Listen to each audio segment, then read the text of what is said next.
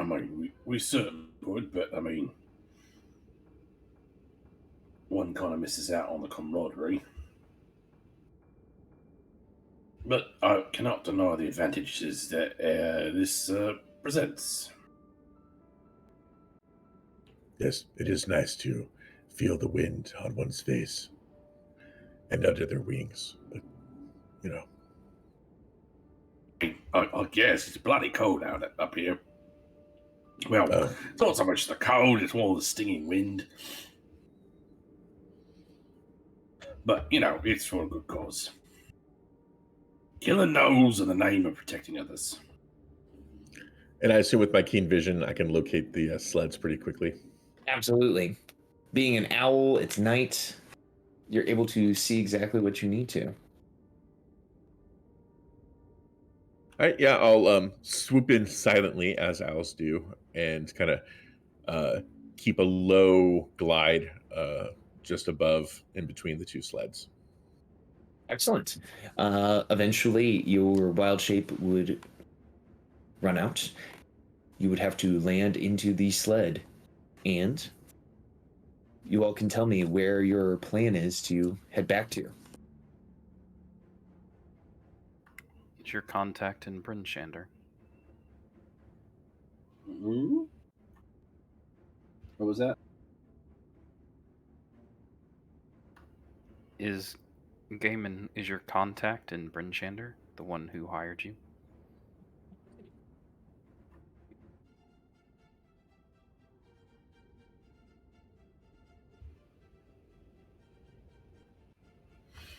Trying to look at my notes.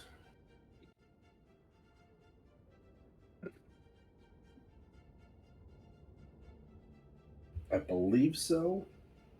I mean, there's not a lot of choices anymore.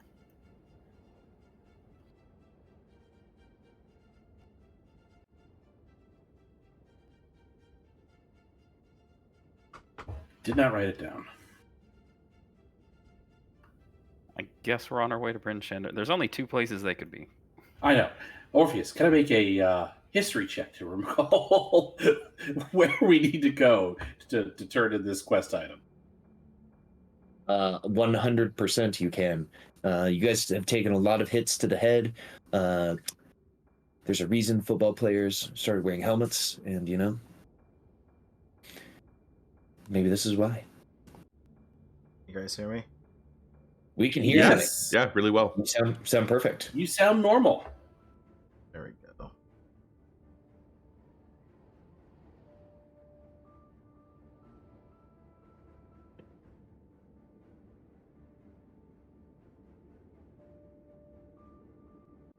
Okay. For Gaiman, here we go. Let's check the roll. Okay, that is a perfect roll. That is a 21. You know that you need to head to Bryn Shander to hook up with a... Oh man, did my mouse just die? Oh no! That's okay. I have the charging cord right here. Okay. That happened to my wife, and she had to run into the supermarket and buy triple A batteries. Otherwise, she couldn't do her job.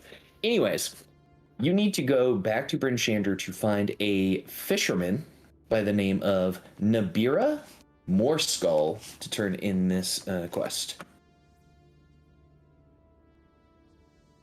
All right.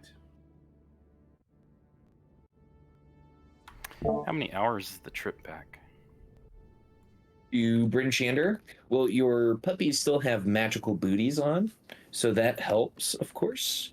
But it is going to be a longish trip from the Cackling Chasm. Let me give you exact number here from the map.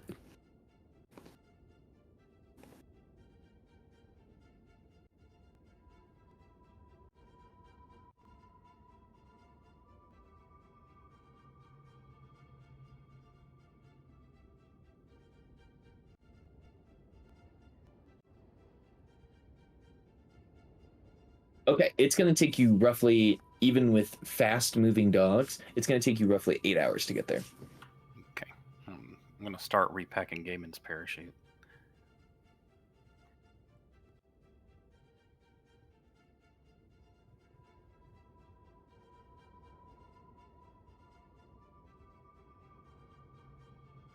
Okay. In your time on the sled, your friend, your ally, Watto will say, "So what are we doing with this one?" He points over to the barbarian, who is still eating the ration very slowly, sitting on the sled.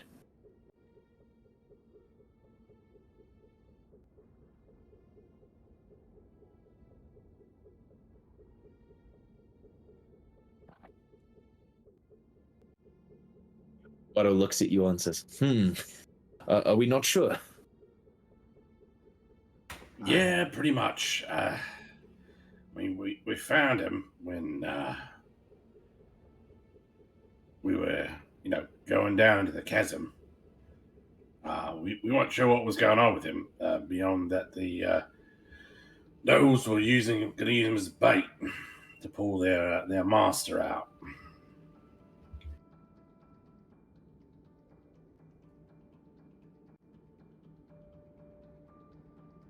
I see. Now, Mr. Barbarian, if that is your name, he looks and says, "My name's Stephen. Where is it that you need to be going?" He says, "The cave. I need to be going to the cave."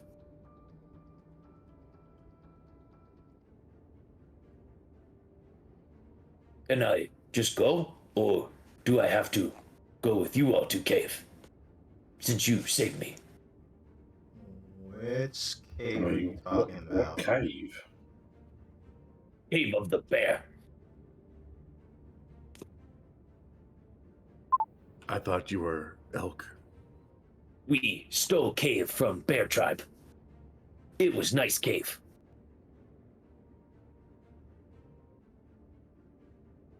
That's not very nice. And No. how did you get yourself captured? We heard laughing gnolls. We wanted to try gnoll meat. I went on my own to prove I'm strong. Hmm.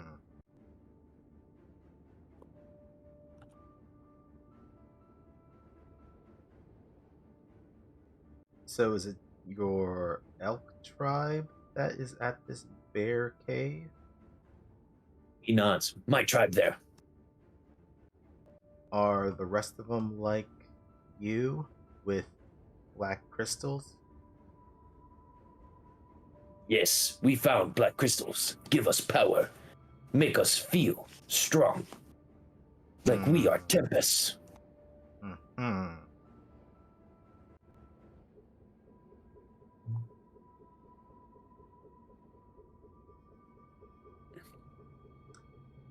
So, to reiterate Wada's question, what are we doing with this person?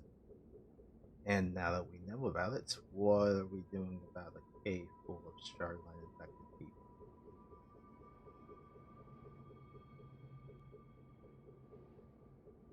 Do we need to do something? Um, kind of brought him out.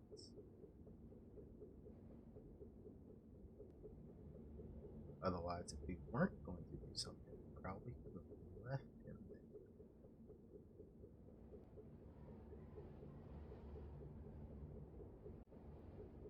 there. I don't understand what you mean.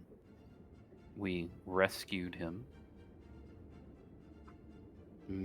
Rescue accomplished.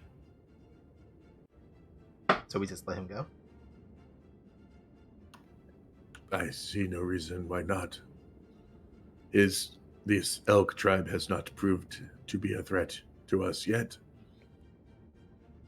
Not to us, but they just said that they took out the bear tribe. We ate the Would Bear you- Tribe. You ate the bear Would tribe? you? We ate the Bear Tribe. They were delicious. I see. So we have cannibals with Chardonnay running around Icewind Dale. I admit that is less optimal. There are lots of things that kill and eat people in Icewind Dale. you're not on a mission to eradicate all of them. No, I'm not. I'm just curious why we did rescue this one, knowing that they are. Well, they haven't attacked us yet, but that's probably just given time.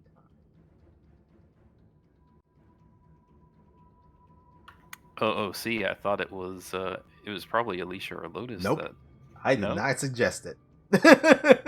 So It I was think not someone me. suggested it.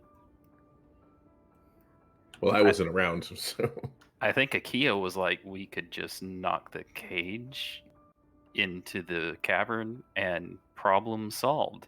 And then someone said we should rescue them. Must have been Lotus. Maybe it's And- DM. I don't know. It might have been Gaiman because I mean he's trying to not be quite so bloodthirsty. Yeah, I don't remember. That was 3 sessions. That was a ago. while back. Mhm.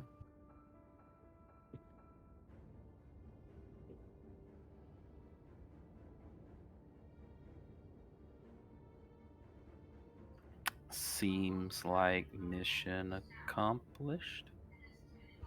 Maybe, but we don't know what's in store for us as we make our way back to Brinchander. Are you just wanting to investigate their tribe?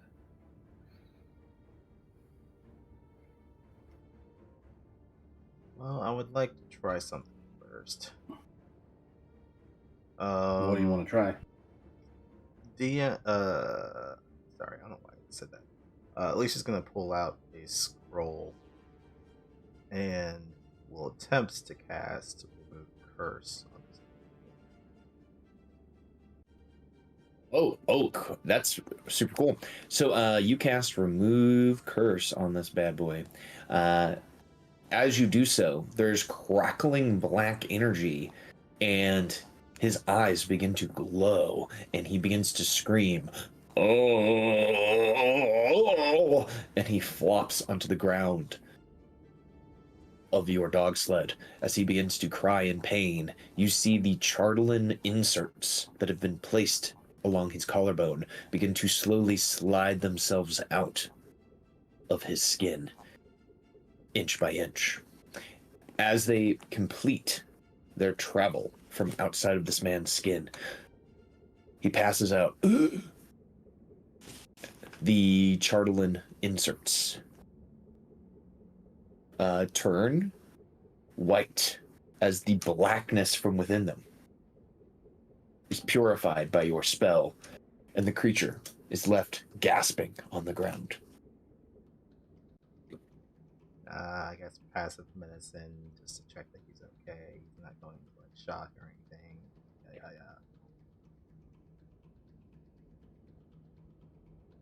Yeah. As you're checking them out, they have been definitely affected by frostbite on several parts of their limbs. They are malnourished, and you believe dehydrated. So this person is going to need a lot of help to get back to full health. Okay. Well, that's something that will have to take. Well, we're going to Brinchander, correct? Sorry, I'm trying to catch up. That is the plan, I believe. Okay, then this person can get some care there. Mhm. Well, that was just from a scroll that I got from Michonne. I guess I could remove curse through my own powers, though it will take considerable effort if we would even attempt to do this on any of the others that we find. Maybe we just head to Brinchander. I don't know if they would see that as a kindness either.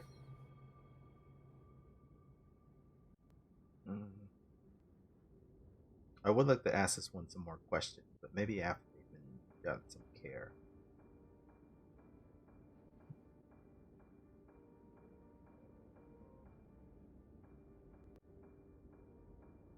The Charlatan Barbarian is passed out. Watto helping you take their vitals. Your other companions are helping to steer the sled. Akia, you feel the eyes of your sibling fall upon you all. As Akia 11 speaks up here.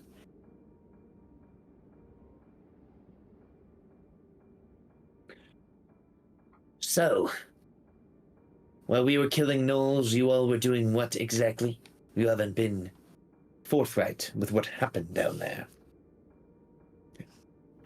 Also killing gnolls. I see.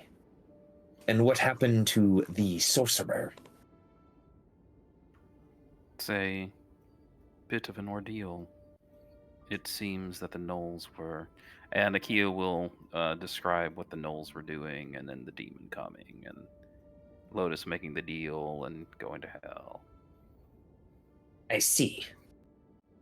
So, not only is this land being preyed upon by the lords of hell, it's being preyed upon by the princes of the abyss.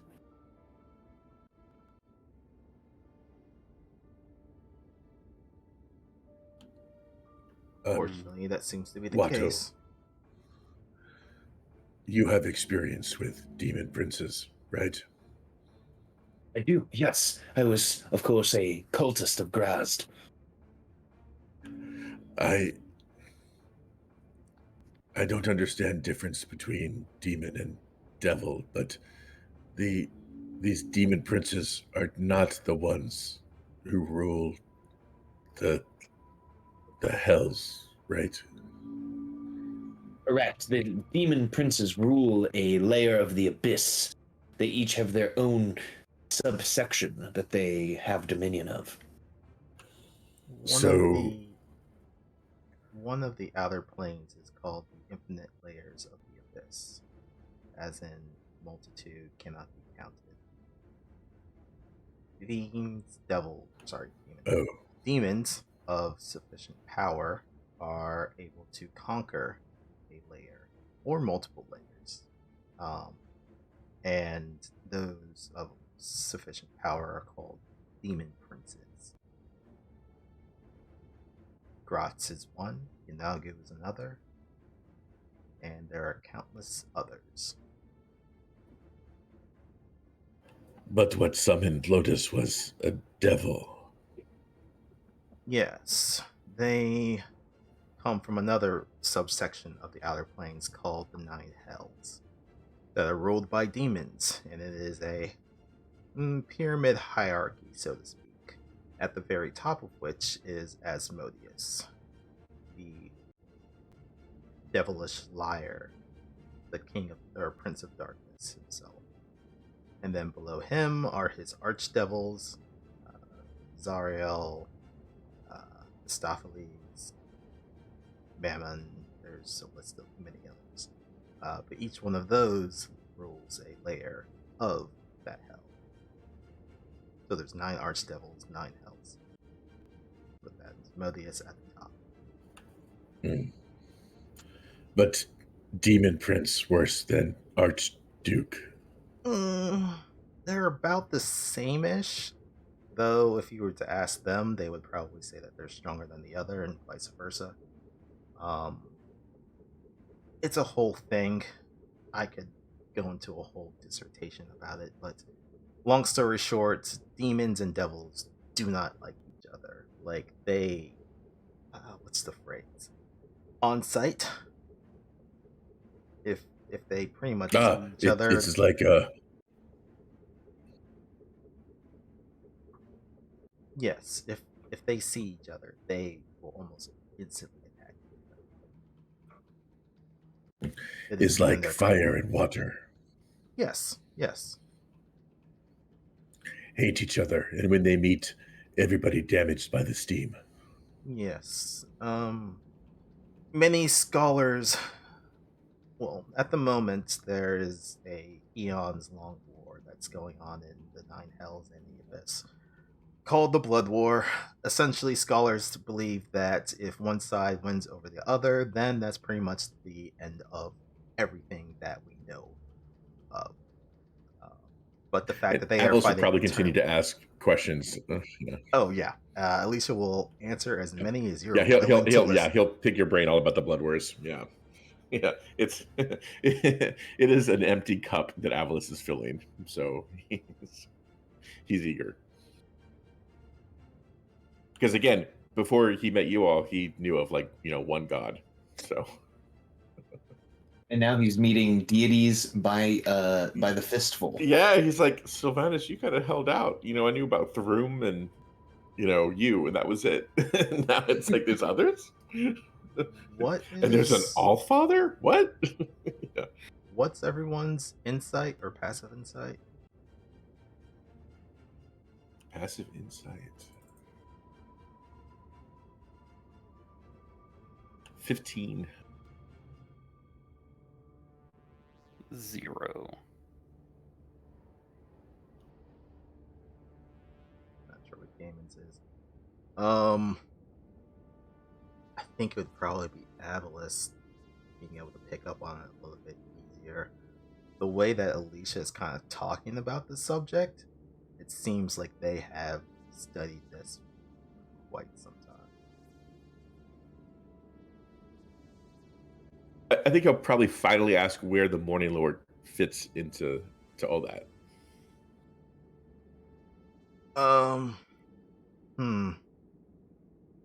Well, honestly, most of the deities of Mount Celestia or elsewhere, they are just observers of this blood war. They try to make sure that one side doesn't gain ground over the other. They don't fully get involved, but well, as I said, if one side wins over the other, that's bad for everyone. So they just keep a monitor of the situation. That if Lotus is connected to this Asmodeus, then are we not helping the devils then? I'm not sure what her situation is. It's kind of confusing myself as well.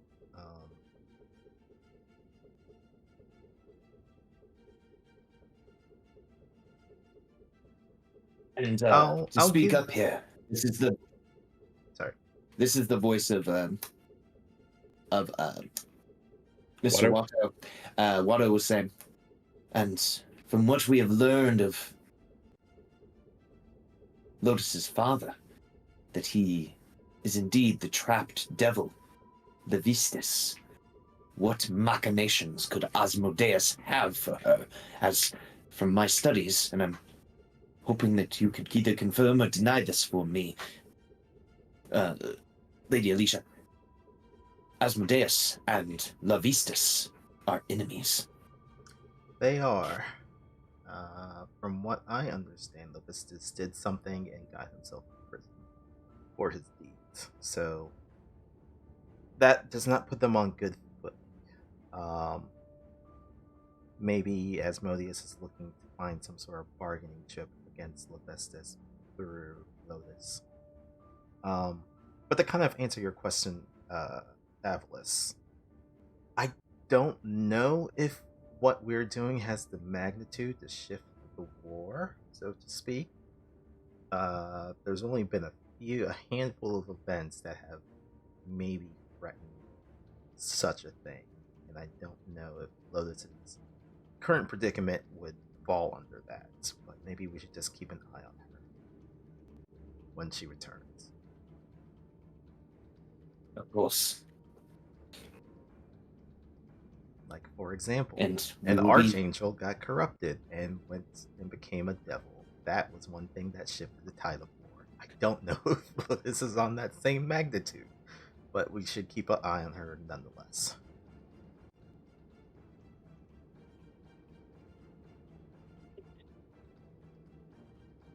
Of course. And thank you all for being here for me right now. I know this is unprecedented. I don't know if any of you all have had a girlfriend just randomly go to hell in the middle of a life or death mission.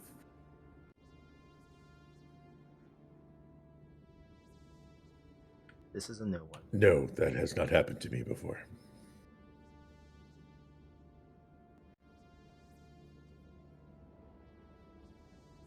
Excellent. This is the first time I've had said friend. You know, with how we're all making new relationships, we should all do a group date. Raises his eyebrow. Yeah, I'm gonna have to, hard pass on that. Well, Damon, you have it. You're set to be married to that goblin princess. That did sound rather to be official. determined. I did not necessarily agree to marry her. I agreed to meet her. All the crazy shit that's been going on, I have no clue if she's still alive. If you desire flowers at the wedding, I can make that happen. I think we're putting the cart before the horse here. Oh, where does the horse go then?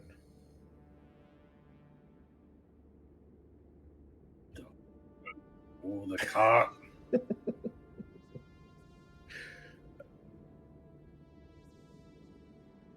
Well, as you guys try to explain to Avalis the intricacy of that metaphor, you're able to make it back to the city of Bryn Shander. Bryn Shander, of course, did not receive any of the damage that the other cities did in becoming the land of two towns. It is perfectly intact.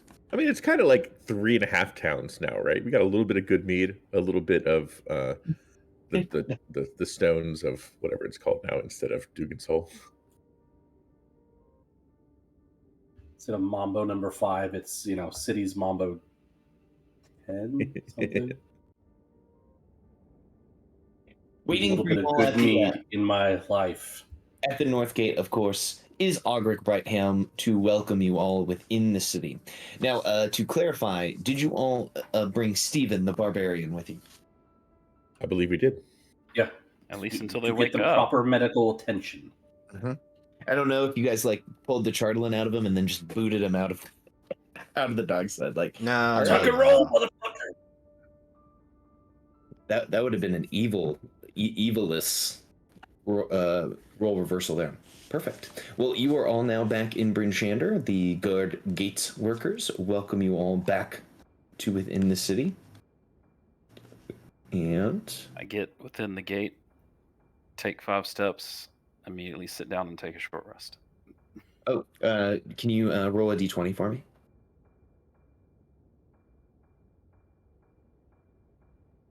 Weird. But okay. Okay, you are attacked as you attempt to take your short rest. You are able to do so. What? Oh yeah, I was having him roll for his short rest encounter. I was just kidding.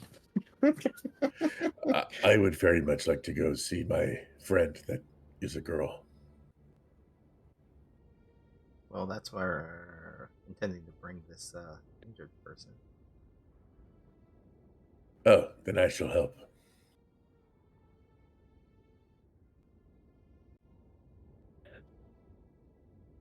Excellent. So you guys are partying on over to the House of the Morning Lord?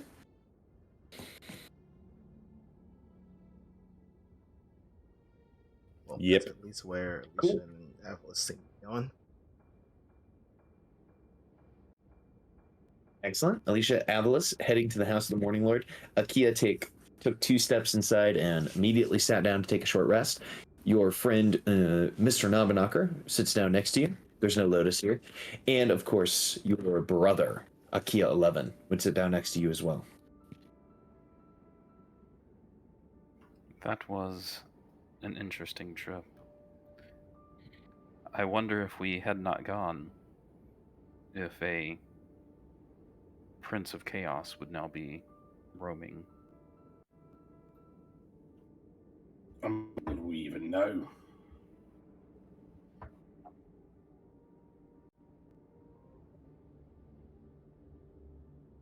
The inventor, Mr. Nobinaker, sits next to you and says, causality is a strange thing to discuss. Was it the events of us arriving is what drove them to expedite their ritual? Or was the ritual already going to go fast?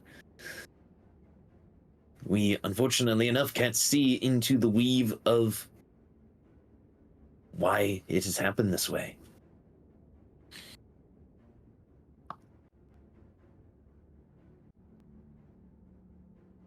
But is the important thing that we stopped it from happening?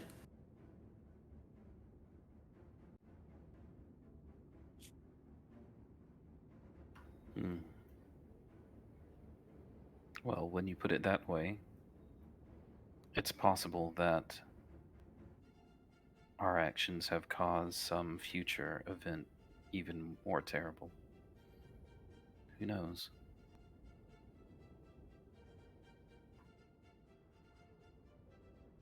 Probably not.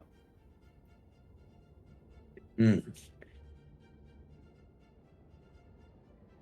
Now, if we do happen upon another group of people going to summon a demon prince, I think we should just leave them alone next time. Just let them do it.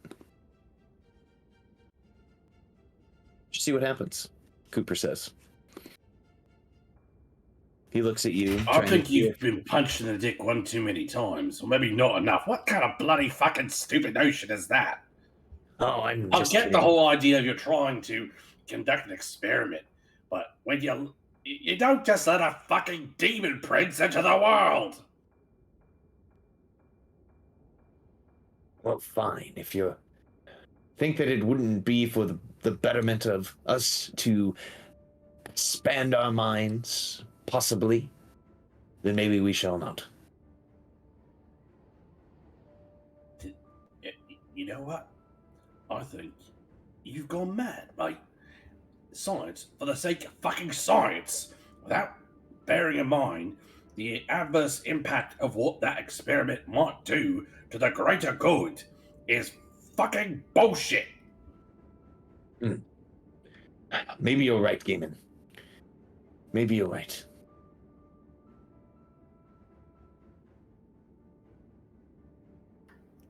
Gaiman cast sibling guilt.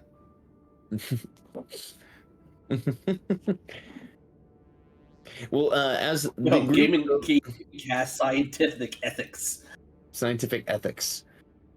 It's an interesting discussion that the barbarian is discussing to the NPC inventor the ethics of science, which is actually. But I mean, probably, bear in mind, this is the barbarian that was given a circlet of intellect. So his intelligence is now 19, as opposed to the lowly 8 as was before. That's true. His mind has That's expanded, even if it is artificially. Yes. You have grown in intelligence that is even greater than Mr. Cooper's himself. Now, as we know what is happening over by the gate with our heroes that are discussing the implications of potentially allowing a demon prince to be summoned, we should check in with the group that is over at the House of the Morning Lord. So, group that is at the House of the Morning Lord, as you burst through the doors, Michonne is setting up for prayer this evening when she sees you all come in, and a large smile drapes across her face as she sees, well, her boyfriend walk in, Avalos. We have a wounded barbarian. Hello. A wounded barbarian. Are we to heal him? What happened? Startling. Oh no. Looks like a long exposure to frost. Well, I have access to healing magics and salves that I can start to apply.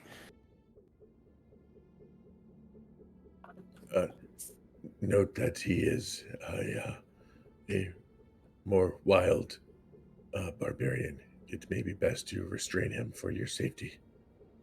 Of course, I'll use the restraints that we used. That should hold. Of course. I didn't realize that they were going to be multiple purpose when we found them. Yes, they have proven invaluable. Now, I will begin my healing wait. magic. Are we talking about like fuzzy Yes. pink restraints? That's Up to just the outer audience's cover. imagination.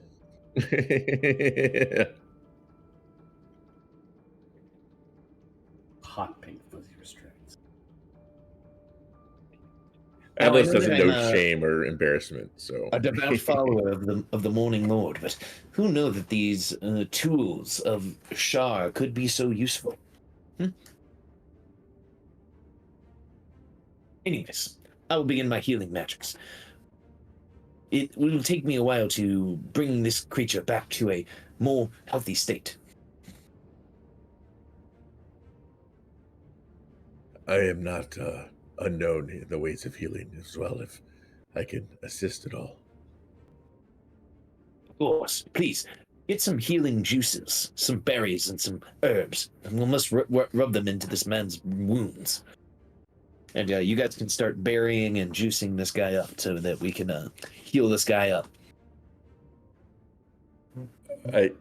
Here's a sentence I never thought I would say. Avalos nods to Michonne and starts gathering berries that he starts crushing and doing what she says. Good. Now take the crushed berries and rub them into his frostburn wounds. I'll start with the toes. Good, good. Now, if you have any of those twigs that we've been talking about, the herbs, the rosemary, you're going to want to start to pick the small leaves off of those, rub them between your hands to heat them up, and start to press them onto his chest. And you go into more herbal medications like such. Yep. Perfect. As this is happening, Alicia, your new friends, Saynar, your newer friend Saynar and your old friend Danica are staring at what is happening.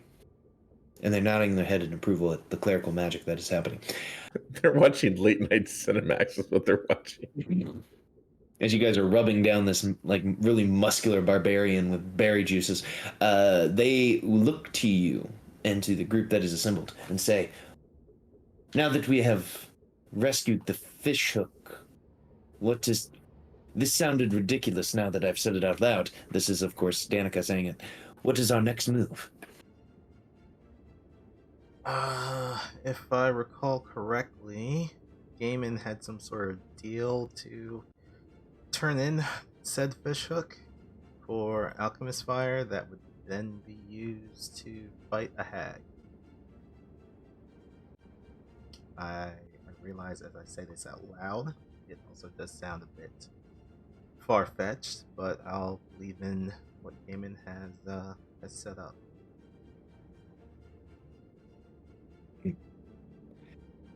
Well, alchemist fire is, of course, a needed resource here in the land of Icewind Dale.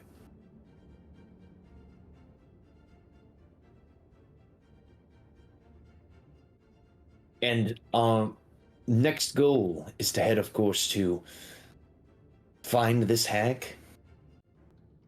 That's what I believe the case to be.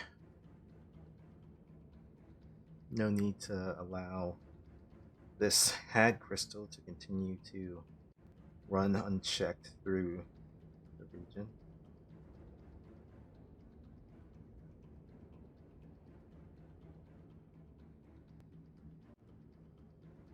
All right. Danica nods. And who knows what else we will find in the darkness of this hag's abode. Maybe more secrets to how we can end this eternal winter. I was thinking about that. there's the two things of either going to the Goliath tribe and seeing about the griffins or looking for this Anjanuk whale. Something else that kind of piqued my interest. Shinar, you said that there was a lost city? Yes, the city of, and as they speak it, you only hear redacted. Danica, It was a city that we would visit all the time. Danica, did you hear any of that? She looks to you and says, when she was speaking, my ears, they started to burn and hurt as she was talking about this lost city, or whatever it is. It is the strangest sensation I think I have ever had. I am curious. Is that what about is happening with you all? Looks at Mashan, looks at Avalis.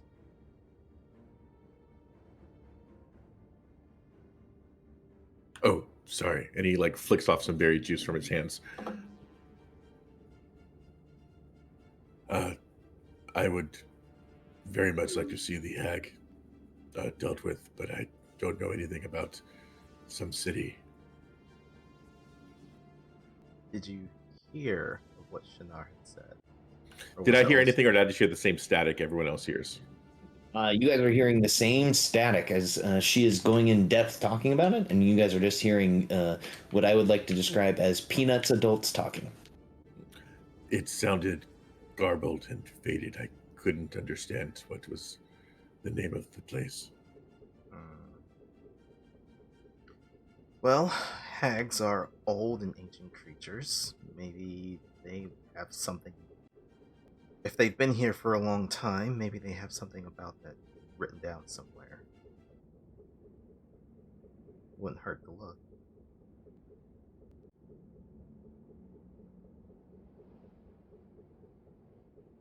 But that's to the side. That doesn't have anything to do with what's going on with the Endless Winter. Most of that just seems to be originating from Grimskull, so an expedition there would have to be planned. When? I'm not sure.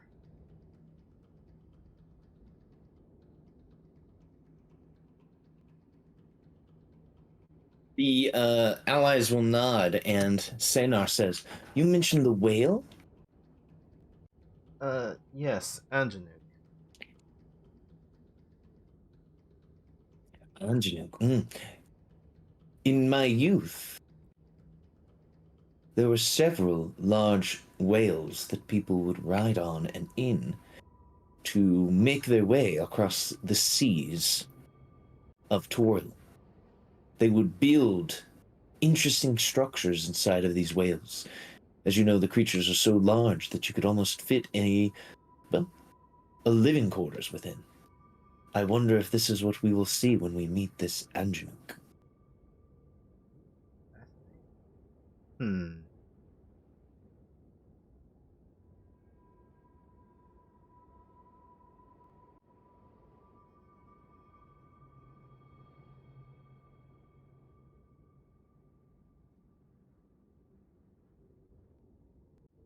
Yeah, that's all I got.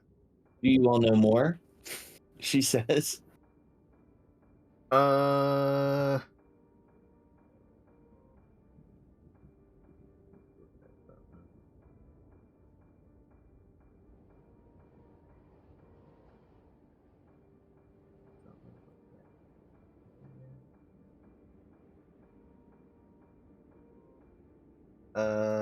I think. Oh, no, I think I would have to prepare it again. Never mind. Yeah, if she's willing to talk about it, sure. I think I would have to re-prepare divination at a later date.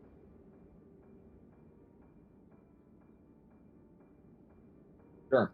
And she will just go on about how whales are super cool, and how some whales even, because of how much they trusted the people around them, would allow them to replace parts of their body with crystal or similar materials, so that while you are riding inside the whale, you could do all sorts of shenanigans.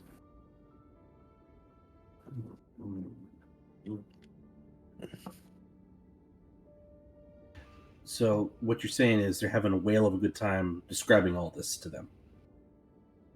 Absolutely. All right. With that being said,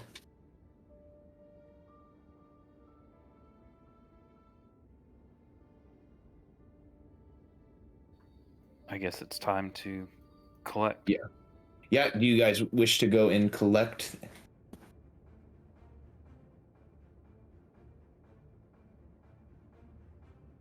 We'll go turn in on the quest, get the alchemist fire, and should probably have a proper rest before we go out to the hag. Or find something else to do instead, since we're a man down.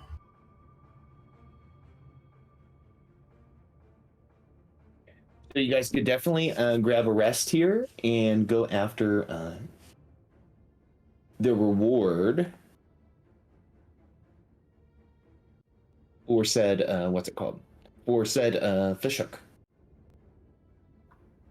Do you want to rest today while I finish packing your parachute?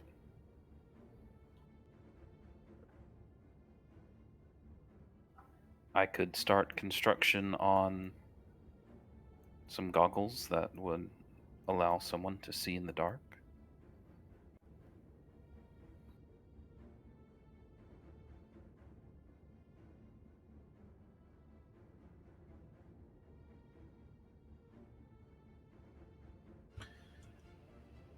I mean, that sounds all very well and good. I mean, I feel like I'm the one driving.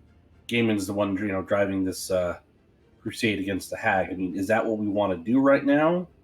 Being a player down, or do? I mean, OOC. I imagine we wouldn't get. Yeah, I'm not using the straight Gaiman away. voice, so this is Gaiman's player talking. Yeah. I don't think we're going to get to her by the time the session's done. So by next week, with Marcus back, we would be able to kind of wrap up the rest of it. We may be able to start it. I don't know. Sorry, I was kind of cutting you off. Yeah. Okay. Yeah, I think I agree with that. All right. Well, in that case, Gaiman's going to go seek out their contact so they can turn in the fishhook, get the alchemist fire, and give Akia the time they need before we head off to deal with her. Excellent. You are able to find Nabira pretty quickly, and I will drop her token right now.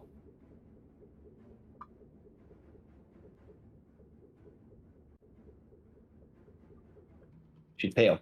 Nabira would say, "Oh, we spoke about this. You all went out looking for this fishhook. The hunters, unfortunately enough, could not bring it back. Were you able to get it without much difficulty?" Oh my fucking gods! Oh gosh, that would make Tempest have a good-hearted chuckle at that. Yeah, so your fishhook was around the neck of an evil gnoll mage. We had to slaughter a bunch of regular gnolls, had to deal with his nasty ass, plus his, demented minions, and had to deal with, the creator of the gnolls, that demon piece of shit, trying to get through the fabric of reality. They're coming on our fucking lot. So yeah, we had a real easy go of it. Sir, I would say that this is just a potion shop, but I don't know if that would be enough. I'm sorry you had to deal with all of that. I thought it was just going to be a simple search and rescue and return the fishhook. But for that, as I said, I'm indebted to you several bottles of alchemist fire.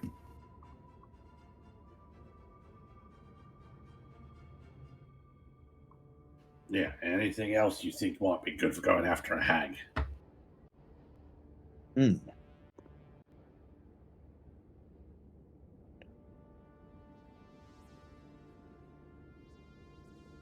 Let me see what I might have.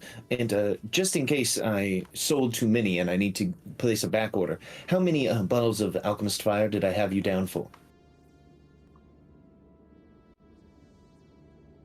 I feel like you promised us 4. Gaiman? Am I making that up, or I believe it was 10 that you told me, Gaiman. Yeah, I was going to say, I think it was 10. okay? Well, I don't know where I got my numbers from. Oh, yes. It's been a while since this conversation was had. Yeah, we would not have done this for 4. I don't know. I'm used to Curse of Strahd at this point, where it's like the rewards like do not pan out against what you're fighting. Telling me. Where the juice is definitely not worth the squeeze. When it comes to Barovia, the juice is never worth the squeeze. But you know what they say, the blacker the berry, the sweeter the juice. In that case, I'm squeezing the wrong berries. Machan, we're out of berries, so I think I'm done massaging. I got Oh. reference. If we're out of berries, we have to move on to the next healing ointment procedure. Alicia, can you go over there and get the mosses? It's now time to apply the moss to this person's wounds. Quite surprised you're going with more archaic methods, but sure. It will all make sense in time. Alicia, you must have faith. Excellent. Okay. At least it takes so psychic damage from the shopkeeper returns with your 10-pack of alchemy fire, and also comes with it. You take 5 points of psychic damage.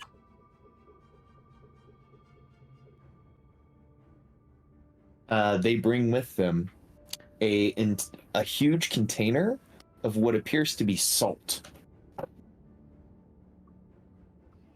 I'm not planning on,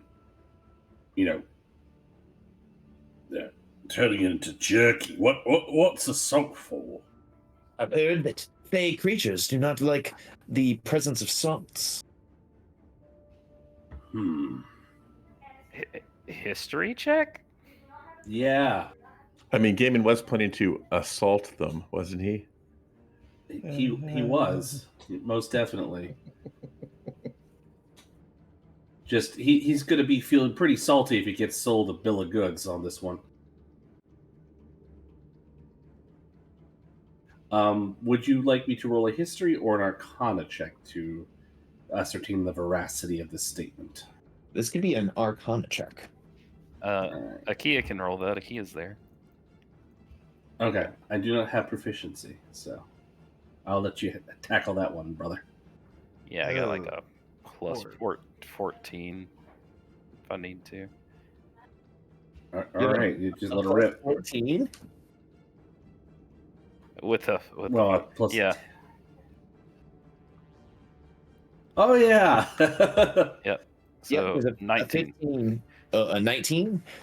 Okay. With a 19, you know that certain fey creatures do have a weakness to things like iron and salt.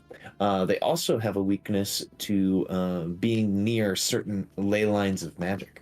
But in order to feel that weakness to salt, the salt has to be purified.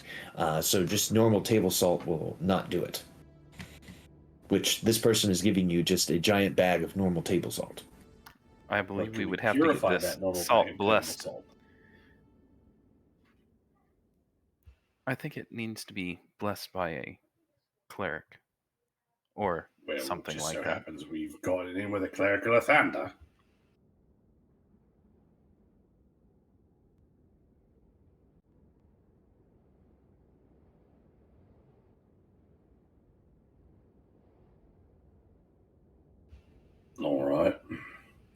You got any iron clubs at the back to boot?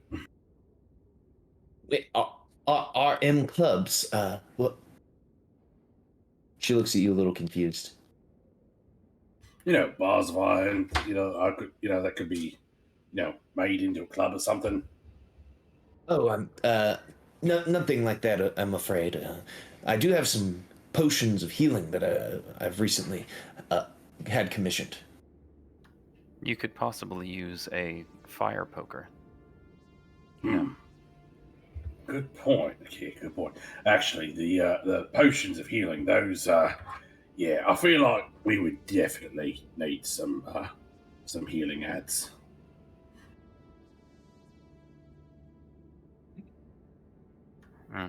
DM, before we leave town, I would like to. I still don't know what item I need for that +1 weapon. I'd like to work on that. Oh yeah, I'm sorry about that.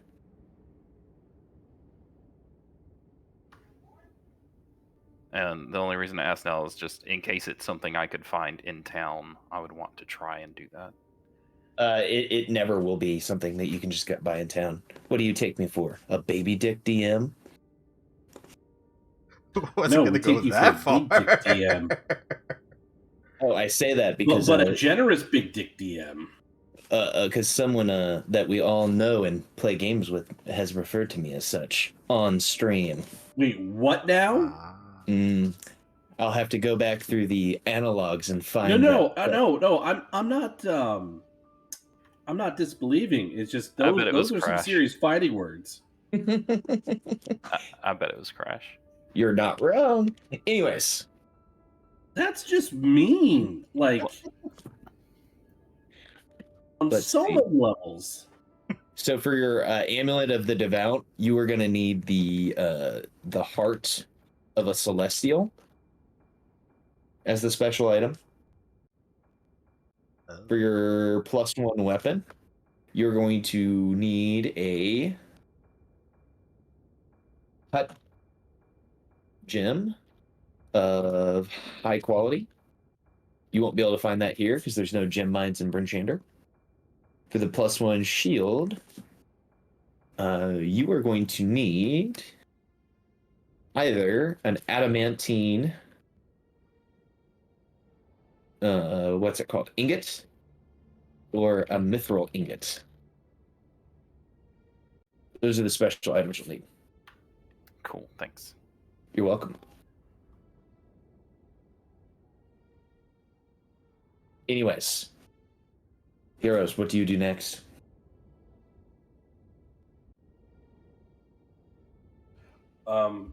Gavin would like to explore what our options are here for some potions of healing that were mentioned.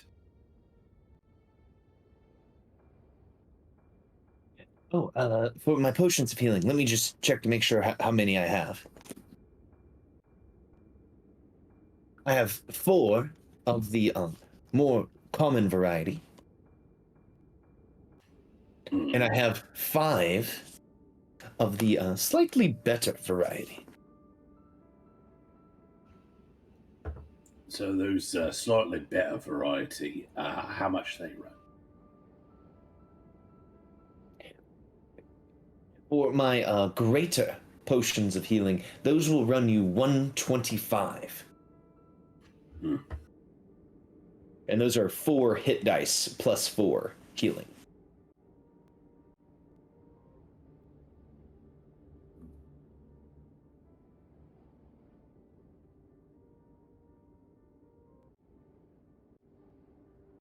I realized that it's like she keeps attacking us and making us do dog sled based challenges. I want to stop doing the dog sled based challenges, please. All right. Well, that's 625 gold. So here you go. So Gavin will slap down 625 gold for the potions. They will slide you over your 9-pack of potions to go with your 10-pack of alchemist fires. Well, no, you said it was 125 for the better ones. Oh, you're just going the better ones? That you said it was 125, so 5 by 125 is 625. Listen, I've got to tell you something. I'm not very good at math. Okay, so Okay, 625. So yeah, 625 is going to cover the better potions, Right. and the BB potions. I don't have enough to cover that. Akia, you're standing by. Do you wish to buy the more simple potions? Oh yeah, that Gaiman, that reminds me. I was going to ask if I could borrow some money. Now you fucking tell me. It's fine. I'll ask the others. You're gonna have to, because I just bought potions for everybody. Yeah. Yeah, it's fine.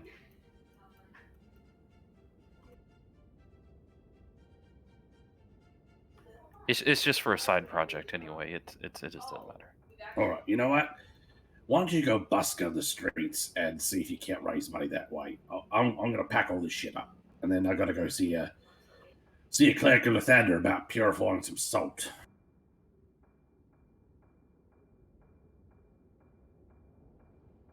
Akia is going to think long and hard about what they could possibly do on the streets to make money. And in the meantime, we'll just follow Gaiman.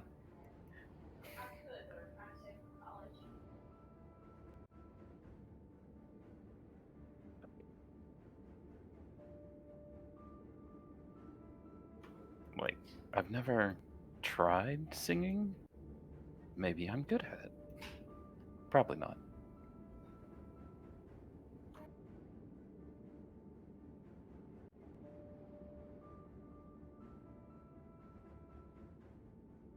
So it seems like there is a small need here for either downtime or for some consolidation of funds or something. Is that what is needing to happen?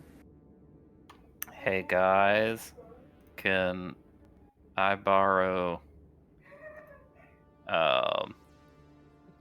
80 gold from somebody? I hope you don't think Avalis has money, because he barely understands the concept. He literally has 10 gold pieces on him. Wait, how'd you spend all your gold from the? I never got any gold. What gold? You got like Lotus sold some shit and like spread the gold around. yeah, everyone got like When did that happen? 650 or something. What? Yeah. Yeah, this was after. This was during the month of downtime. Yeah, she had a hookah and a Yeah, this was the stuff smoking that jacket. yeah, it was the stuff we found at the Wergar fortress, and she spent that during the month to sell off that stuff. Well, I definitely didn't buy anything because I don't have anything on me that looks like it's remotely impressive. I don't know why I have a hunting trap. That's heavy. I'm going to drop that. It's Probably probably came from your because of background. your background. So yeah, the platinum hookah, 2,500 gold. Smoking jack with jewels on it. So yeah, that was 3,000 gold, split 5 ways, 600 gold apiece. Oh, well, then I'll add 600. So I have 610 gold then. There you go. You can give Akia a small loan. You I now have learned heard about the concept this of concept loans. called compound interest. Apparently, it's recalculated every day.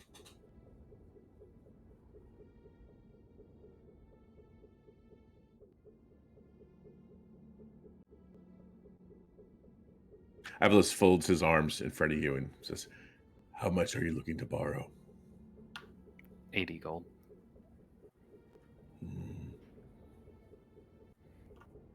Well, you don't seem like a credit risk. Yeah. I suppose I can. I'm like waiting for you to ask if Kia has a cosigner. Jesus. Yeah, I know, like references, and yeah, he will pull out a 3 personal references and possibly cosigner, depending on what the other underwriters say about. Yeah, and he's like, I don't think QMQ will count. Yeah, he'll hand you a sack full of 80 gold. Thank you. DM, I will immediately go out and spend 720 gold on crafting material. Okay, which should basically take care of all of the raw materials that you need outside of the special materials for all of your special projects that you're working on. Yeah, it's just one project. Orpheus, real quick. Am I good to delete the fishing hook from my sheet? Yes. Akia, I have a favor to ask of you. What is that? I got this bloodstone a long time ago, and I was wondering if you could maybe turn it into something pretty to give someone. Ooh! Could it be put on a ring? That seems uncalled for. So here's the question: No, it seems perfectly called for. Does Avalis find the things that Akia makes, like visually pleasing? Because the things that he make are not designed for aesthetics first. Yeah. So it's like there's a lot of like wires and stuff. Everything's tucked away where it won't like things pull on other things and get broken. But I was thinking maybe some sort of chain with this as a pendant.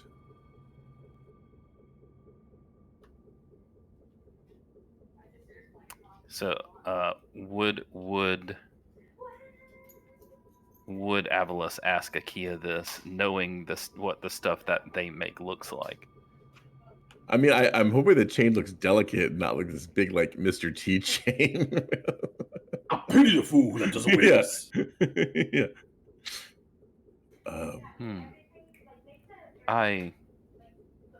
You know, it's you're right. He thinks Alicia likes pretty things. He'll ask Alicia. What would you like it to look like in the end?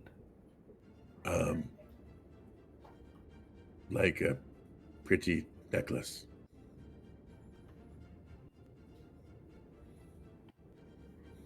The bloodstone hanging free, suspended by a delicate chain of silver. Do you want this gem cut into a more, it's probably wrong, geodescent shape? Or would you like it hung like it is? So, looking at it and knowing who might get it, I was thinking maybe a disc like the sun.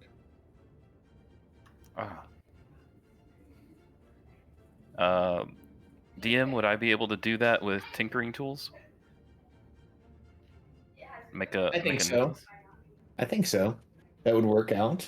I think jeweler's tools would probably be the best operational device there, but you could attempt using tinkerer's tools for it. I'm not much of a jeweler, but I could definitely get it on the chain for you. Thank you, friend. There is no rush. Oh, in addition to pestering Alicia to purify the bag of salt, Gaiman's going to go to the bouncy goat, make a random inspection, and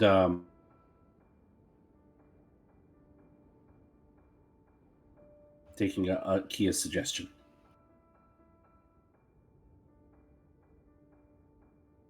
The bouncy goat. The workers within have the fear of tempest within their hearts, so they would never dream of making the place sticky or icky in fear of the one known as Game in the Glaive coming for them. Yeah, but would they allow a drug dealer to set up shop in the back again? That was the big thing. Now, so far in the city of Bryn Shander, something that you all have noticed, unlike some of the other regions that might be more populous or were more populous, there does not seem to be a handhold or foothold, I should say, for the presence of hag crystal to move back in.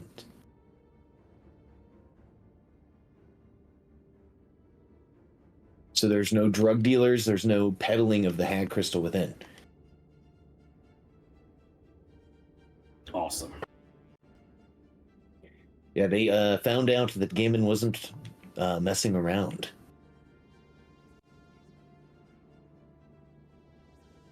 Well, in that case, he will not steal their iron fire poker. He will ask to borrow it. The bouncy goat, in recognition that you are a Thane of Icewind Dale, will allow you to borrow their fire poker. 100%. Awesome. I have no clue if this is going to have any kind of impact, but we will find out the hard way. Wait, what am I saying? It's going to have some kind of impact because I'm going to hit her with it. There we go. Because it is the iron fire poker. I love this.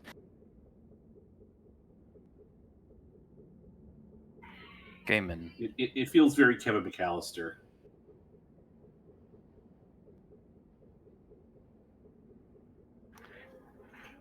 Or Wet Bandits. I don't know. It feels like a Home Alone thing.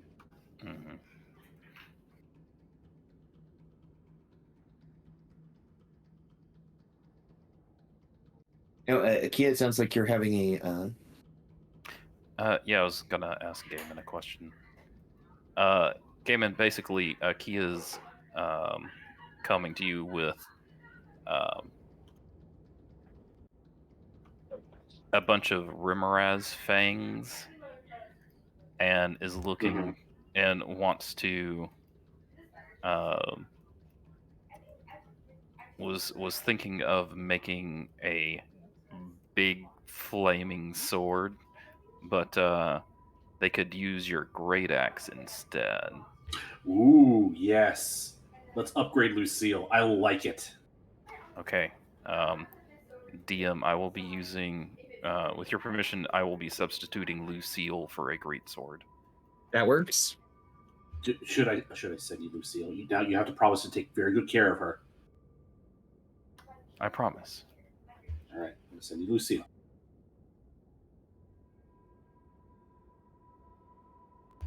If I can.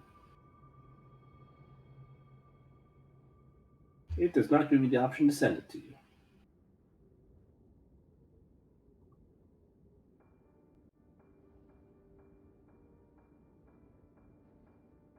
Yeah, we've had that issue since the start of the campaign. Like, we can't send Matthew anything. We can send everyone else something, but we can't send Matthew anything. Well, no, it's like it's not even the option to send a player. Like, I got that When I bloodstone microphone. from Alphalos just Yeah, now. I just sent him a bloodstone. But why can't Gaiman send it? Or maybe I'm the one that's broken. Maybe. Aren't we all just a little bit broken? Oh, absolutely. But I mean, like, my character sheet's fucked up. I will just put a Lucille on my inventory. It's not the same. No, it's fine. Here, I will assist using the power of the most powerful object I have, my computer mouse. Link. Let's see.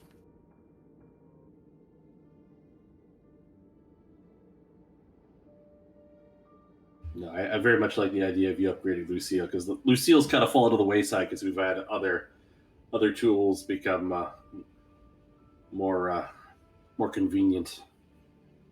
There it goes. Bye, Lucille. Like that episode of Pokemon when Ash trades Butterfoot free for no fucking reason. You guys remember that shit? That was pretty early on, wasn't it? Oh, it was real early on.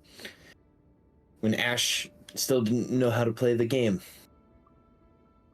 He didn't learn until they decided to murder his character off. Anyways, you all are able to grab a long rest as the hour is going to shift over, and the date should now officially be the 8th of Uktar. Technically, the spring of Icewind Dale. Avila spends his night with, With Mitch. Brown chicken, brown cow. She has learned a new trick from speaking to Watto and speaking to Lotus. One that might make us all blush, so she'll keep it secret, but just between her and Avilas. Wow, wow. She will only share it with you, Avilas, and she will tell you that Lotus told her in confidence, so as to not embarrass her. She doesn't want anyone else to know. I hate that I have a stupid high passive. In the perception. morning, so you hear him talking about it upstairs, and you're like, "No, stop it." Damon will strategically arrive and say, "Hey, Alicia, I need this salt purified because apparently there's salt, purified salt. It will hurt fey creatures if applied properly."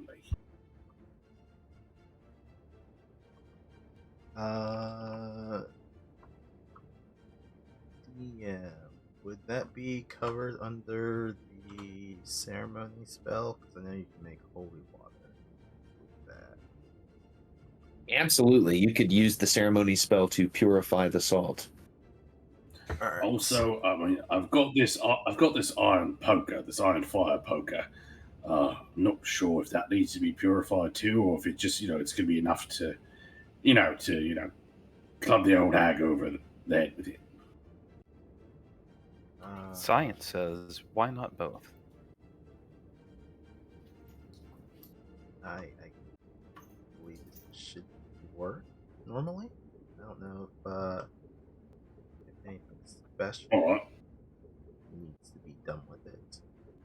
Let me see if there's some spell that.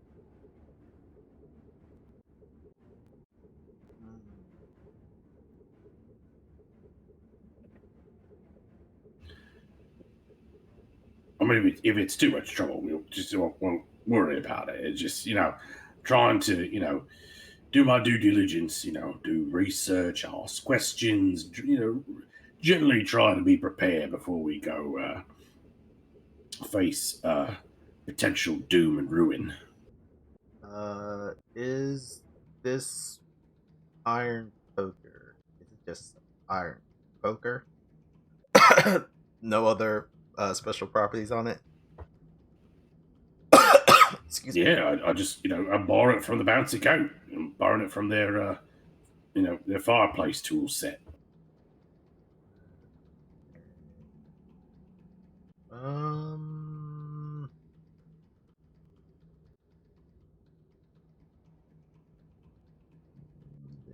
Oh, mechanically, Orpheus, would you like me to, rename an existing weapon just for the sake of, having verisimilitude?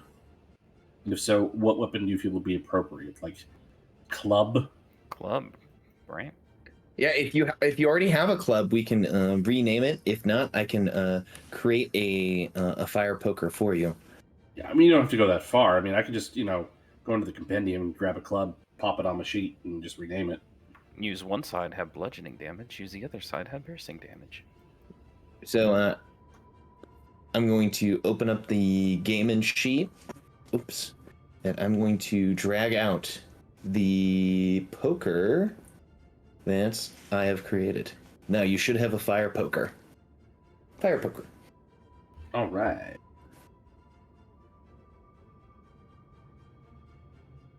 So Cub, a mod that we were using for a very long time, is no longer supported in the current version of Foundry, but Ripper, who is a mod creator, has made a new mod that replaced it, and one of the features of that mod that I like to use is or I shouldn't say that I like to use. One of the features of the mod is it tells me when people change their spell preparations.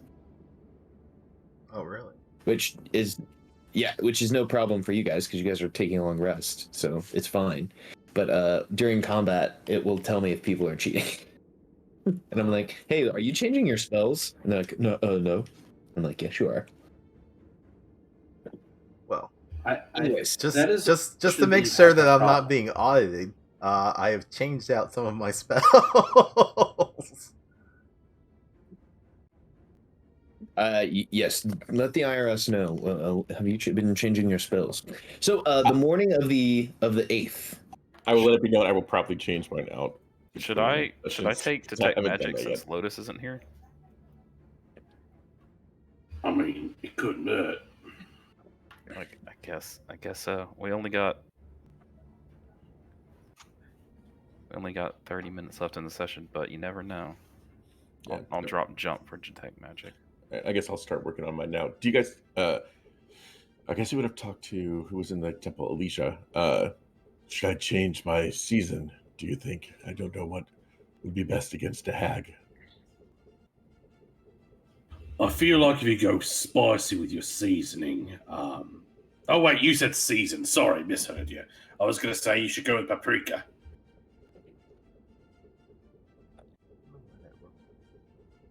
What was that? I don't know why I did that. Is that you performing a ceremony? That was so. In the morning, you talked about the salts, so that would be, I guess, less water, so to speak. So yeah, we have now plus salt.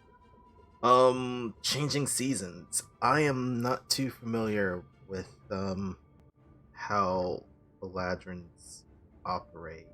Does changing your season do something? Also, Orf, I'm not unlucky anymore, right? Less. Correct. If you have any statuses that should clear at the end of a long rest, please, you can rid yourself of said icky statuses. Okay. Sorry, perhaps I misspoke. Less Eladrin season and more druid land focus. Ah. So, like, I think temperate might be best. That gives me sleep, it gives me misty step, it gives me lightning bolt, and it gives me freedom of movement. But if, say, I want tropical, I would get stinking cloud, polymorph, web, and ray of sickness. It'd be pretty funny to. And obviously, polar has cold shit, and arid has like fireball and hot stuff. Right. And you were in this past fight. I took fairy fire because I think I was using temperate. Yeah, because I had all the lightning stuff. Yeah. So I have fairy fire. I feel like entangle might be decent against a hag. I don't know.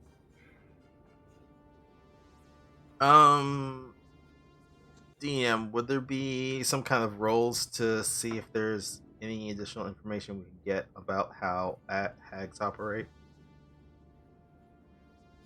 Sure. We could do an Arcana roll to see if there's a more appropriate season for Avalis to take. Perhaps it's the season of love. Bonus points if you can sing the song.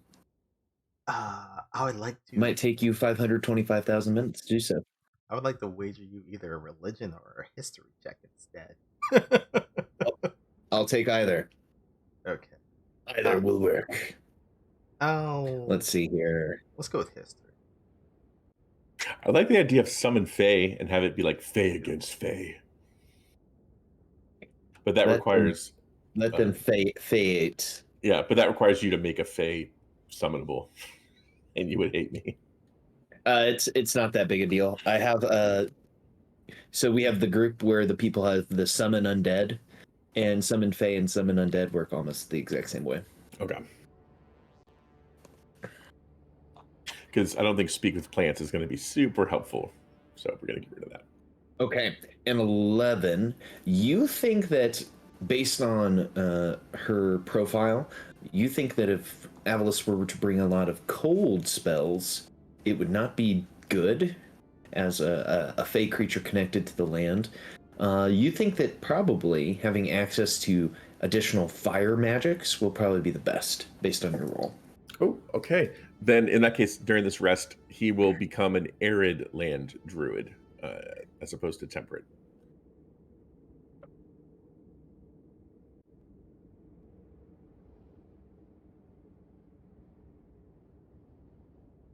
Excellent. Oh, we get blight. That's interesting. So during the long rest, as you all are getting situated, an elevator would actually appear in the bedroom of Avalis and Michonne from the ground.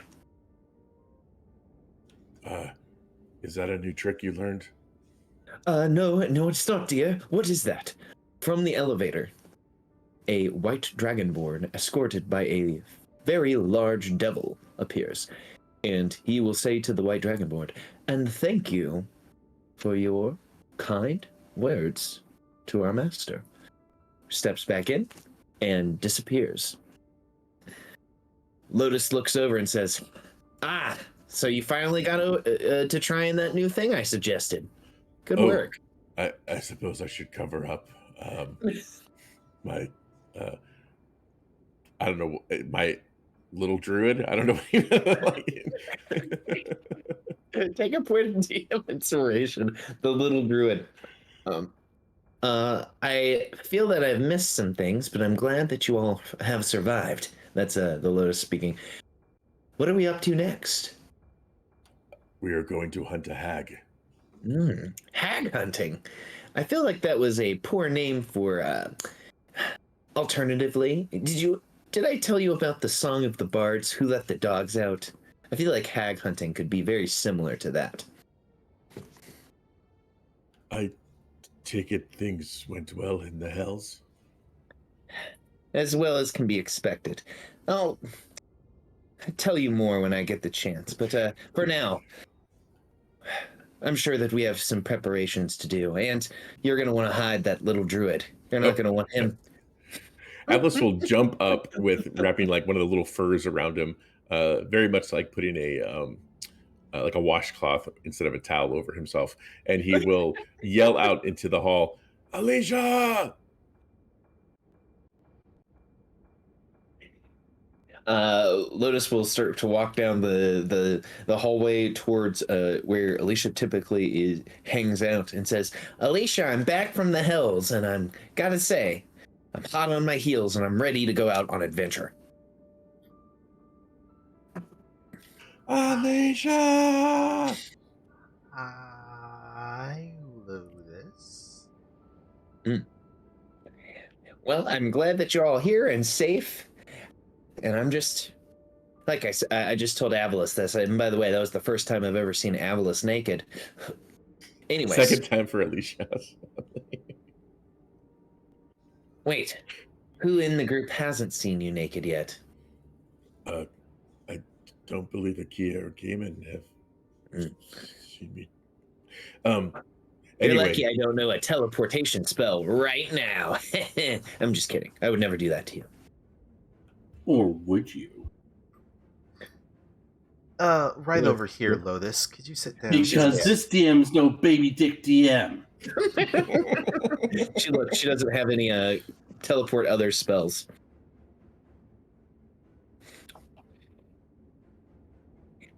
I'll save my story of the Nine Hells for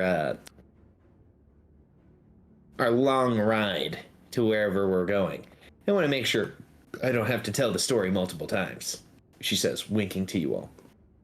Right. You sit right over here, please. Of course. Sits down. Going to perform a couple of things on you. Just want to ask, get your consent first, that you are indeed willing, yes? I am willing. Okay. I'm gonna cast a first level spell slot for protection. You doing good? In particular, this does target fiends. If Lotus is possessed by a fiend, they get a chance to uh, essentially purge it from themselves with advantage on that save. They are not possessed. They look at you and say, "Oh, it's like that movie that I hated watching as a kid.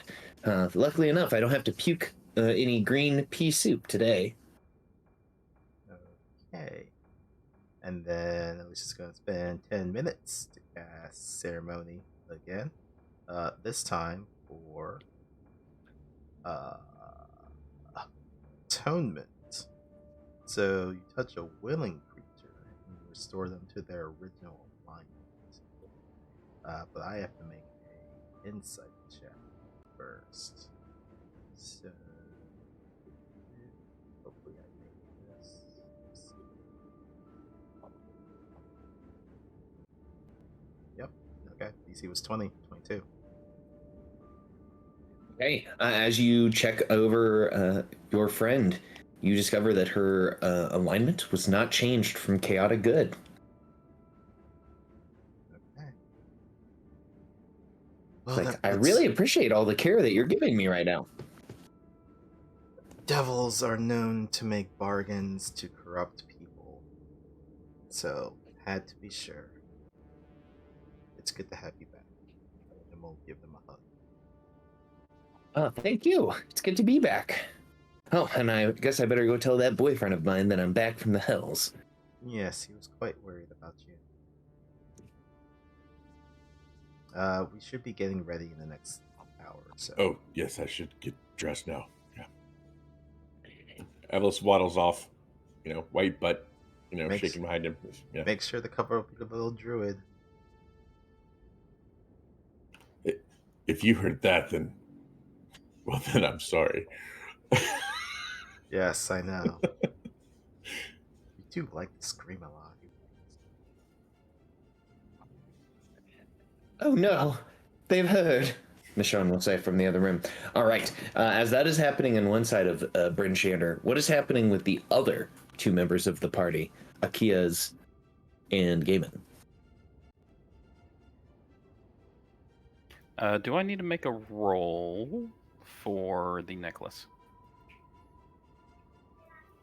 The Amulet of the Devout? No. The Bloodstone necklace that Evelis once made. Oh, yes, give me a Tinker's Tools check.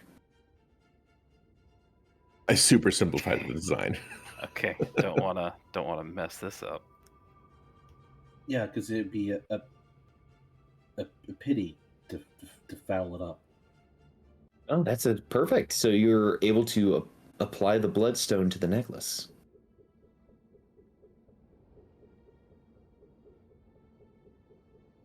I have no idea where I am.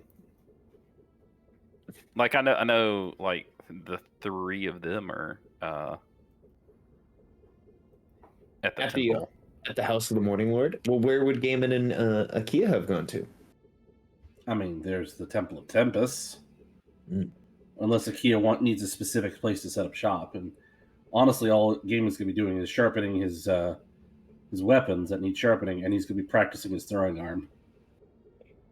Now, if this would inform where Akia would go to, Mr. Naberdacher has a apartment within the Temple of the Morning Lord.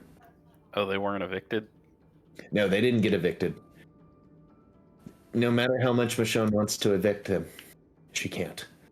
He's on thin ice, though. Oh, okay. He is on thin ice.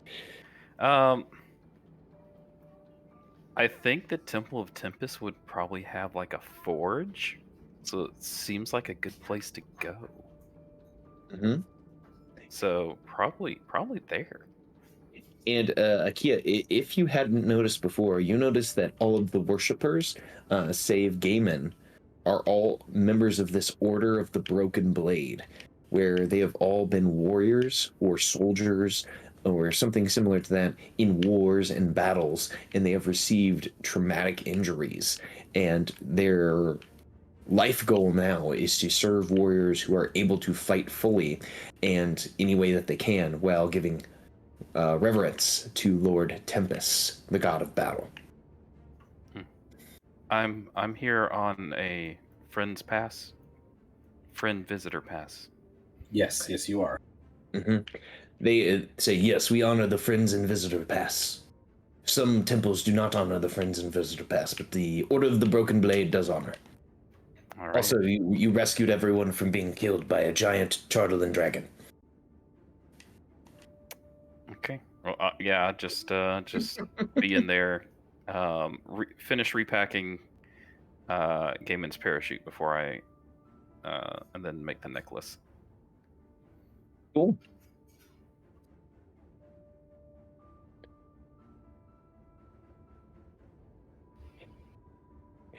So we know that Gaiman's practicing his throwing arm. That's what Akia is doing. Using her powers. I thought that Lotus had message. I don't know why I thought she had message. I just thought that she was a message lady. Instead, she will use the powers of Flavy to send you all a text message. We have to tell Lotus that she can send text messages with Flavy. New phone, who dis? Akia, as you are working at the forge at the Temple of Tempest with the Order of the Broken Blade, a scrap of paper materializes out of air and lands in your hand. I'll look at it. What's it say? It's a picture of that thing you do where you make a circle with your fingers and you hold it below your waist. No, I'm just kidding. It's not that. Got him. I'm sorry. Do you know what I'm talking about, Matt? Yes. Yes, I do. Oh, sorry about that. Has anyone ever done that to you? I don't believe so. Back in high school. I do it to my wife all the time. Okay. It is a message from Lotus saying, I am back from the Nine Hells. Myself, Avalus, Little Avalus, and Alicia, all at the Temple of the Morning Lord. I mean, not that little. It says that, but it's in Avalus's voice under that. Are all at the Temple of the Morning Lord. If you and Gaiman would like to come and meet us. Oh, by the way, I can send text messages now through my helmet. Gaiman, it would seem that they've renamed Barry to Little Avalus. I'm not a fan. Or Red, Barry, Little Avalus. I mean, I prefer red, honestly. I believe they want to meet up at the House of the Morning Lord. All right. I have finished packing your parachute. Good. I don't think I'll need it, but it's better to have it than not need it, than need it and not have it. You never know when you'll fight another dragon. This is very true. Oh, do you want one of these greater potions of healing? Excuse me, potion of greater healing. I'm still getting used to this whole reading business. Look, I can read. Like everything I've been, I've sort of picked up over the years is now making sense. But it's like I'm not used to it, which is strange. Yes, thank you. All right. Probably the easiest thing to do is just to pull one out of the compendium. Probably. Absolutely.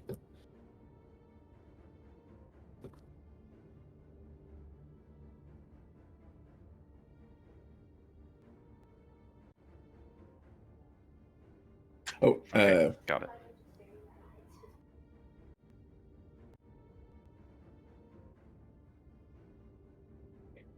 So let me know when you guys decide to head on over to rejoin the party. I mean, if there's nothing else we need to take care of, Yeah, Human will ask Kia if he's ready to head up.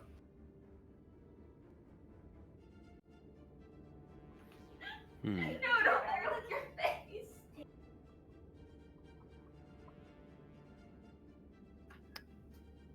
Actually, I think I'll stay here and continue working while you prepare with the others.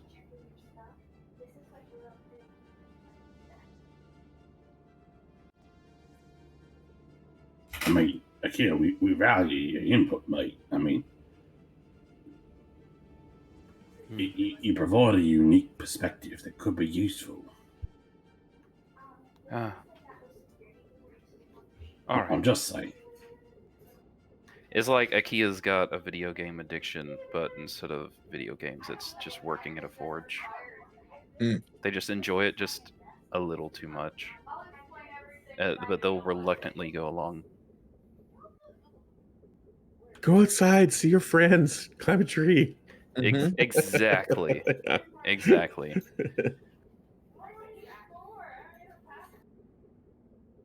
I go outside all the time. We're always in a sled. Yeah, it smells like a locker room in here. We're always in a sled. You can't see anything anyway. So dark.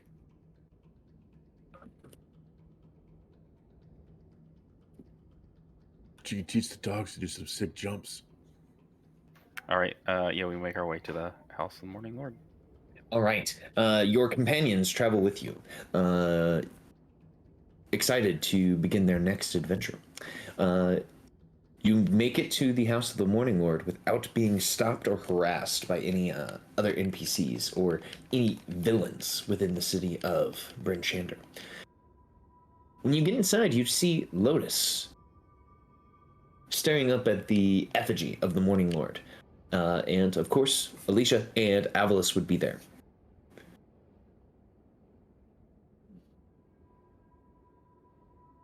Oh, hello, Gaiman and Akia. Good morning.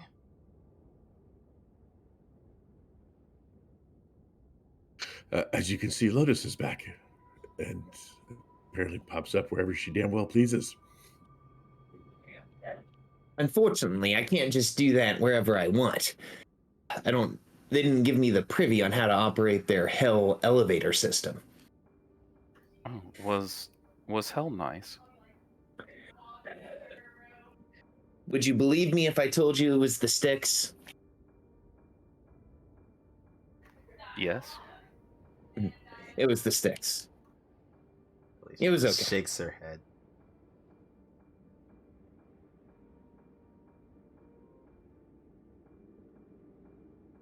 Yeah, sometimes I forget that puns don't compute with you. How did your audience go? Or perhaps it's a question I should save for later. Yeah, I want to make sure I can tell you all at the same time, and of course, I feel like having the wind in my scales and seeing our dogs run across the icy terrain of Icewind Dale will help spark anything that might have been missing from our conversation. Oh, But go ahead. no, of course you can go. That reminds me. And I'm going to use a spell slot to summon Star Whisper. First level spell slot. Boop. And Star Whisper is going to bounce into the room with everybody. I just thought since she is also a fey creature, maybe she would know something about hags. She yips, which Avalis, you can understand, and everyone, I believe actually she can talk. So she just starts talking. She's like, "Ooh, hags! Oh, I know a lot about hags." She only knows Sylvan. Oh, Sorry. I do. Or do I? She pulls her pencil out and holds it towards her character sheet. Yep. Yeah, you can change it. Says, no, that's too much power. No, I can't do that. But she yips, which everyone hears as yips, except for Avalis, who hears as, "Yeah, I know a lot about hags." Can you tell us anything helpful Tactical, maybe. Weaknesses. Yes. They can't live if you cut their head off. So apparently decapitation works. Mm-hmm. Mm-hmm. You know, that sounds like I'm being sarcastic, but sometimes decapitation doesn't work. Do You ever decapitated an ooze?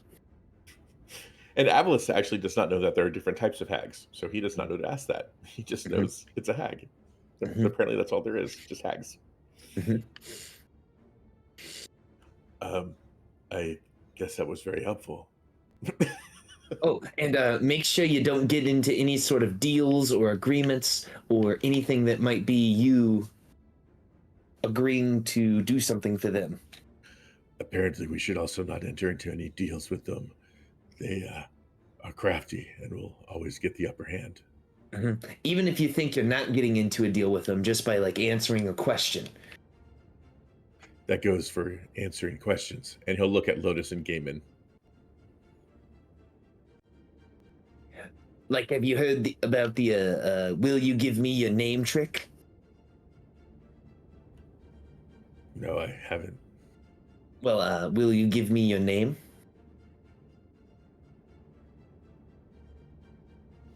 I mean, you know my name already.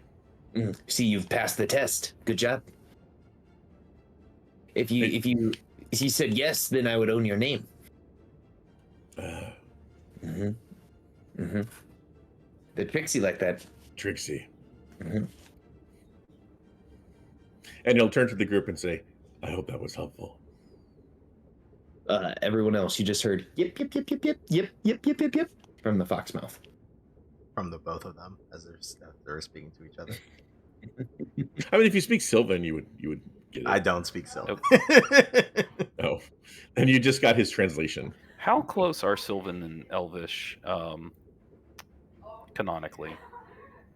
Canonically, there are like romance languages where, you know, you might be able to pick up certain things from one of them, but just because you can speak Italian doesn't mean you can speak French, or it doesn't mean that you could speak Spanish. I guess the better description would kind of be like Sylvan is like Latin, and then other languages were built from that. Because like Sylvan is like from straight up Feywild, and then old ass elves were from the Feywild, and then they left, and then they became what they are today. But yeah, I think they would trace their roots to Sylvan.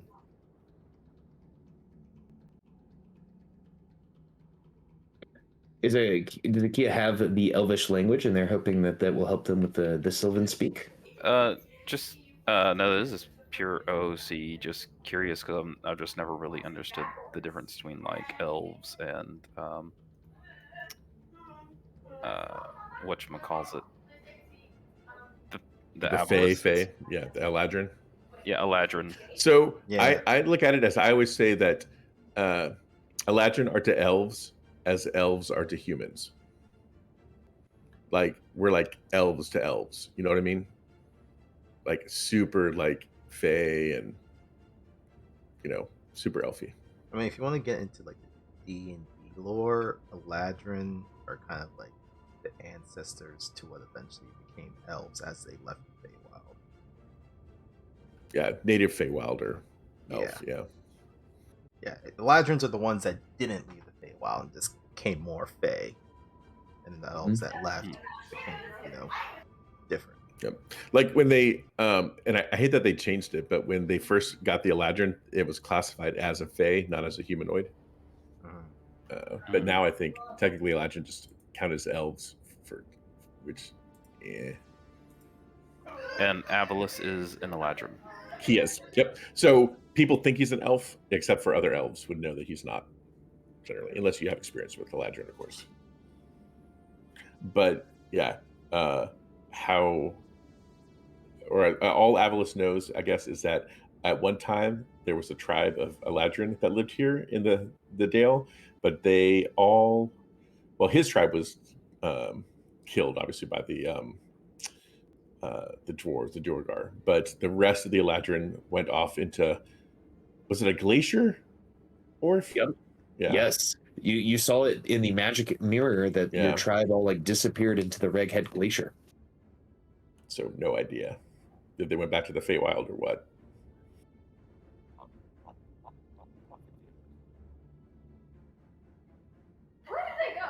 So, Avalis, I was thinking about the weird red yeti thing.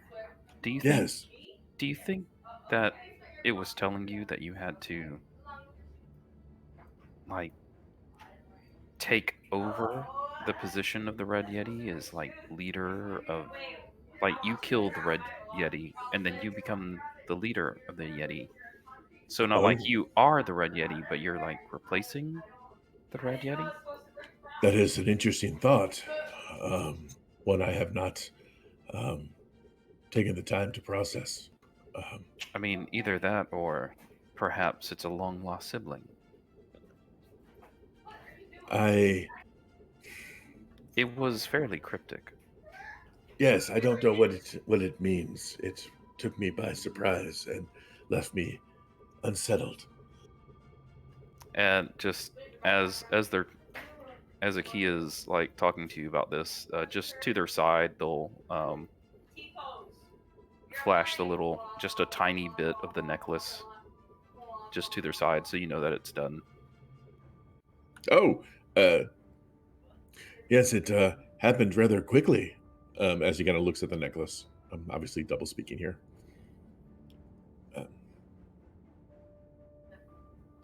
Yes, I suppose it was a very brief vision. Not catching on at all. Oh, and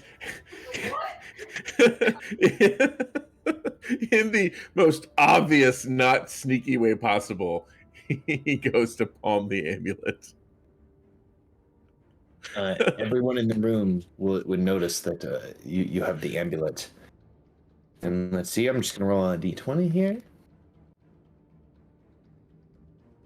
So even rolling a 5 on the d20, Michonne, with her pretty good perception skills, would notice that you're playing around with this necklace.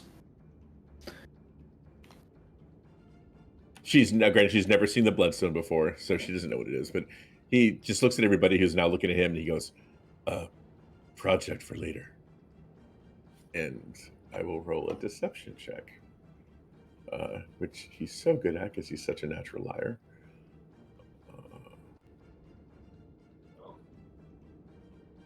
Yep, that tracks.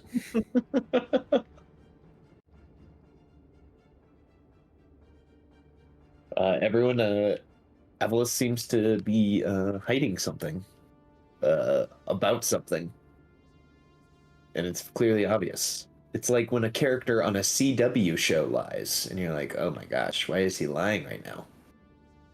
Clark, just tell Lana that you have superpowers. Just tell her. There are better lies told on a Teletubby show. Absolutely. Well, as you guys are all convened at the House of the Morning Lord, Lotus is with you. Your companions are all there. I believe the goal is for you all to set off for the Cauldron Caves to encounter Maud Chiselbone, the Hag, the creator of Hag Crystal, and the once tormentor of Gaiman's dreams.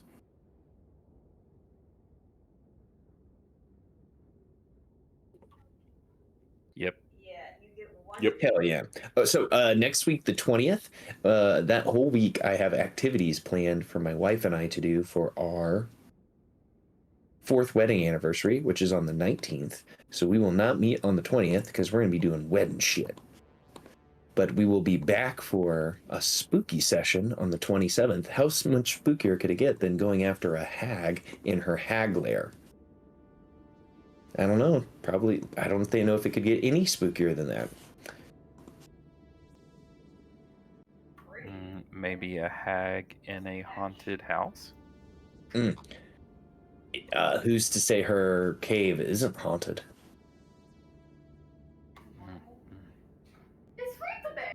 Excellent. So then we will pause our adventure there in Bryn Shander with you all getting ready to perform an exodus from it to go out and adventure to stop this hag once and for all. Happy Friday the 13th, everyone. Happy Friday the 13th. That is true.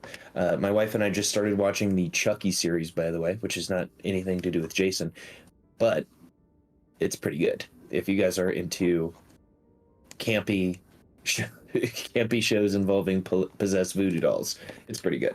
I still hate that damn doll. I kind of liked Mark Hamill's interpretation of Chucky when he did the remake. It was good, but you can't beat what's his nuts. The classic, yeah, I know. Yeah. Did the Mark Hamill Chucky dolls just sound like the Joker? Yes, in the sense that it's Mark Hamill giving the performance, but no, he looked at it from the standpoint of like AI and bad programming. Like the doll sees a world from a certain point of view, and like outside of that, it just doesn't get it. It doesn't understand. It's basically a child, and it's like failing to learn. It's failing to socialize. And that's where all the problems are stemming from. So it's no longer the serial killer that voodooed his soul into the body. Yeah. No. Okay, I gotcha. I noticed the other day when I was watching some television, I heard some Mark Hamill voice acting, and I was like, Mark Hamill. I love this guy. It was the Spider-Man the animated series. Anyways, I hope you guys have a good week, a good weekend, and I hope that you guys have your Halloween costumes picked out. I hope you have your Halloween candy bought, and I hope you're not like one of my Thursday night players and have already ate all of your Halloween candy. That's not me, by the way. It was not. It's not kidding. So I asked that, and they're like, "I already ate it all." Ooh. Although I will say, like, I have never been, nor will I ever be somebody that hands out full-size candy bars. That just seems insane. If you get a super expensive like laser security system, you gotta. If you're going full venture, you gotta give out the full size. Yeah. I want to give out something weird, but that every kid would like. I want to give out just candy apples.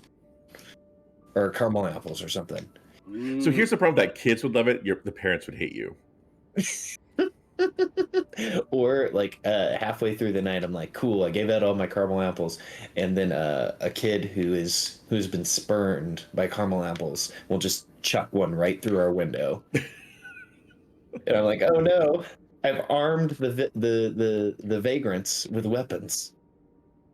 Okay, everyone. Well, I'm gonna head to bed. I have to coach CrossFit in the morning. I'm gonna make them do box jump burpees because I'm an asshole. Oh, I hate you. I hate you on their behalf. So I got to recover for that so I can withstand all the vitriol from my members. I hope you guys have a good week, and then we will be back on the 27th for more Rime of the Frostmaiden. See you, everybody. Thanks for running. Have a good night. Right. And thanks everyone for tuning in. See you guys next time.